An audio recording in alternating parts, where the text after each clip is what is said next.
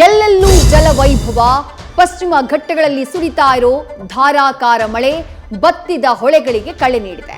ಕೃಷ್ಣಾ ನದಿಗೆ 1.5 ಲಕ್ಷಕ್ಕೂ ಅಧಿಕ ಕ್ಯೂಸೆಕ್ ನೀರು ಹರಿದು ಬರ್ತಾ ಇದೆ. ಕರುನಾಡ ಗಂಗೆಯರ ದೃಶ್ಯಗಳು ಕಣ್ಣಿಗೆ ಹಬ್ಬ ನೀಡ್ತಾ ಇವೆ. ಆಲಮಟ್ಟಿಗೆ 5 ದಿನದಲ್ಲಿ 37 ಟಿಎಂಸಿ ನೀರು ಬಂದಿದೆ. ಕೆಆರ್ಎಸ್ಗೂ ಸಂಭ್ರಮ ತಂದಿದೆ. ಸಂಪುಟ ಭರ್ತಿಗೆ ಗ್ರಹಣ ಕವಿದಿದೆ. ಆದರೆ ಹೊತ್ತುವ ಬೆಂಕಿಯನ್ನ ಆರಿಸೋಕೆ ಸಿಎಂ ಬೆಳಗಾವಿಯಲ್ಲಿ ಡಿನ್ನರ್ ಡಿಪ್ಲೊಮೆಸಿ ಹೆಜ್ಜೆ ಇಟ್ರು. ಎಚ್ಡಿಕೆ ಇದನ್ನ ಜಾಲಿ ಟ್ರಿಪ್ ಅಂತ ಕರೆದ್ರು.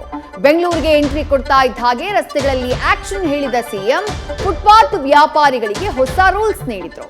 ಇತ್ತ ಟೋಯಿಂಗ್ಗೆ ಚಾಲನೆ ಸಿಕ್ತು. ಎಸ್ಐಆರ್ಗೆ ಕೌಂಟರ್ ಕೊಡೋಕೆ ರಾಜ್ಯ ಸರ್ಕಾರ ಪಿಆರ್ಸಿ ಅಸ್ತ್ರವನ್ನ ಹೂಡಿದೆ. ಇದು ಅಕ್ರಮಕ್ಕೆ ಸಾಥ್, ಸಂವಿಧಾನ ವಿರೋಧಿ ಅಂತ ಶೋಭಾ ಸಿಡಿದಿದ್ರು. ಇದಕ್ಕೆ ಪ್ರಿಯಾಂಕ್ ತಿರುಗೇಟನ್ನ ಕೊಟ್ಟಿದ್ದಾರೆ.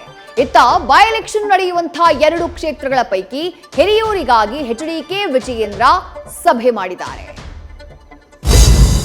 ಪುರುಷೋತ್ತಮನ ಮಂದಿರದಲ್ಲಿ ಭಕ್ತರ ಭಕ್ತಿ ಮೋಸ ಹೋದ ಬಳಿಕ ಟ್ರಸ್ಟ್ ಹೊಸ ರೂಲ್ಸ್ ಜಾರಿ ಮಾಡಿದೆ. ಹುಂಡಿ ಹಣ ಎಣಿಸುವವರಿಗೆ ಜೇಬಿಲ್ಲದ ಬಟ್ಟಿಯನ್ನ ಕಡ್ಡಾಯ ಮಾಡಿದೆ.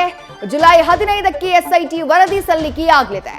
ಇತ್ತ ರಾಜ್ಯದ ಮಂದಿರಗಳ ದೇಣಿಗೆ ಮೇಲೆ ಸರ್ಕಾರ ಹದ್ದಿನ ಕಣ್ಣಿಡೋಕೆ ಸಜ್ಜಾಗಿದೆ. ಇನ್ನು ವೈಭವಯುತ ನಾಡ ಹಬ್ಬಕ್ಕೆ ಸರ್ಕಾರ ತೀರ್ಮಾನ ಮಾಡಿದೆ. ಅಕ್ಟೋಬರ್ 11ಕ್ಕೆ ದಸರಾ ಉತ್ಸವ ಉದ್ಘಾಟನೆಯಾಗಲಿದೆ. ಆದರೆ ಉದ್ಘಾಟಕರ ಆಯ್ಕೆ ಸಿಎಂ ತೀರ್ಮಾನಕ್ಕೆ ಬಿಡಲಾಗಿದೆ.